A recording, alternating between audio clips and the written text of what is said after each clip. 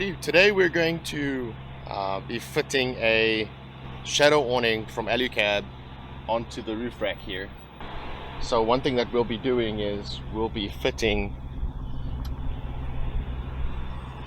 the awning almost exactly in line with the Alu-Cab itself.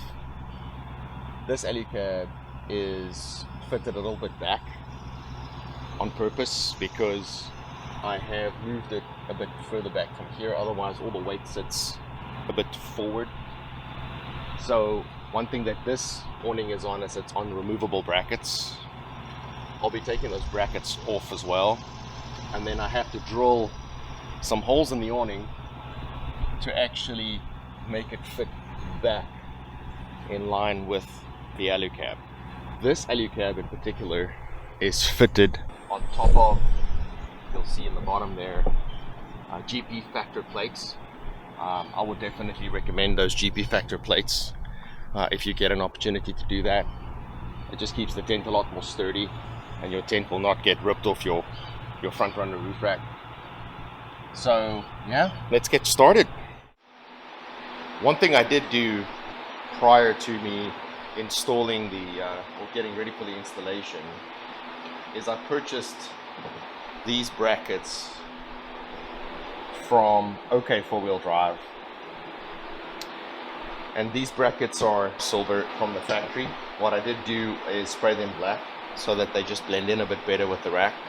That was my choice. One thing to take note of is when you do order these brackets, it comes with a awning front runner bracket mounting bolts. The bolts were packed incorrectly from the factory, so there's some bolts missing, or you've got too many 70mm bolts instead of the 20mm bolts. So instead of having six of the 20 mils, I have 4 of the 20 mils, and then 2 extra long ones at 70mm. So that's incorrect based on the mounting instructions that they actually give you for the bracket. So the packing slip actually says there should be 6 20 mils and only 4 70 mils M8 bolts. So just make sure that when you do unpack it that you have the right count of bolts. Otherwise you're going to have to go somewhere and purchase yourself some stainless steel M8 20 mil bolts. What I started doing is I opened up the Alu-Cab awning. In the back, what happens is this bracket goes onto these 4 holes here. Now normally on the Alu-Cab, when you mount it to the front runner rack, it would sit there and be flush with the corner of the rack. So when you open up the awning, it actually runs, the 270 degree runs down this way. Now in this case, because my tent is sticking out over the actual Slimline 2 rack, I have to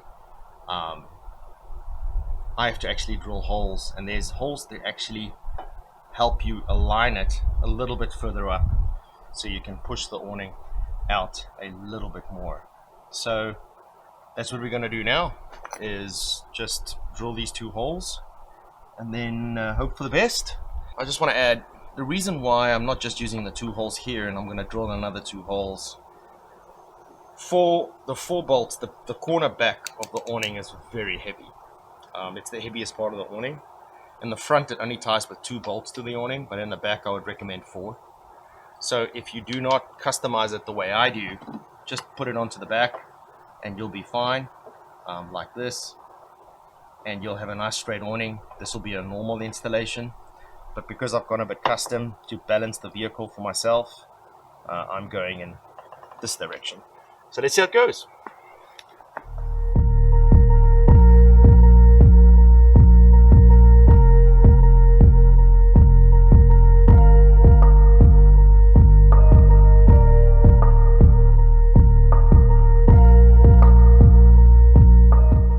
So what I've done is I'm getting ready to mount the corner piece of the shadow awning bracket.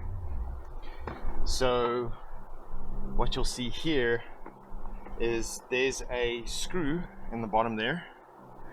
That screw keeps this bar in place, so you use the rack screw there. And then what you do is you have to drill holes through the middle. There's a middle beam here inside of the rack, and then this side of the rack in particular has got a solid lip in the bottom, so you have to drill through that as well. So you'll see that there's a little hole, so I've drilled all the way through the middle and then through the bottom piece.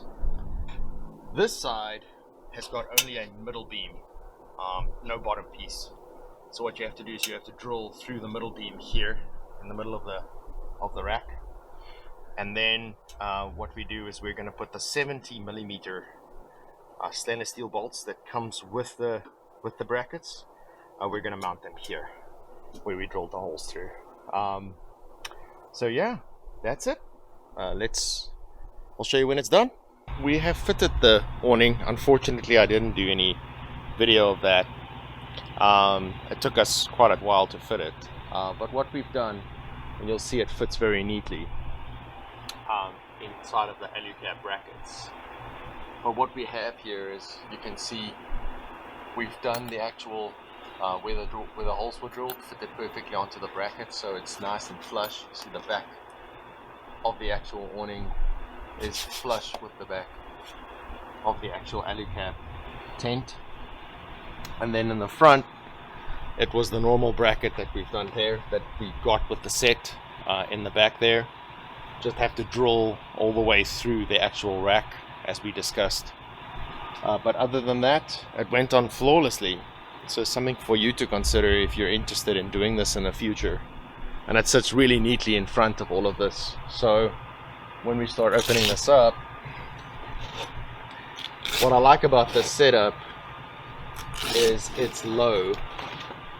So what that means is if you do mount it on the tent, you will see that the Alu-Cab runs a little bit higher. The Alu-Cab Shadow Awning. So we just clear it up over here, make sure we can feel this out. So what does happen is as you run it around, you can see you actually reach the awning pretty comfortably, and I'm nearly 6 feet tall, so it's clearing it really neatly. And what I have done is it comes with a little stopper, so you can see I put a little tennis ball on there, so when we do push it up, that it doesn't push through. It's a bit of a sharp edge, so I'm just doing this as a precaution. And then what we do have is I fitted this little thingamabob. So we've got a carabiner that we actually use to connect it up. Alright, there we go. So I did a carabiner setup over there instead of mounting it to the back of the actual front runner rack. That's just something I decided to do.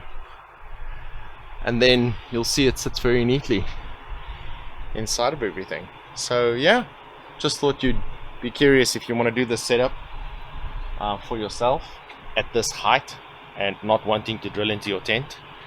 Like I said, the default setup will be drilling into your tent in the future.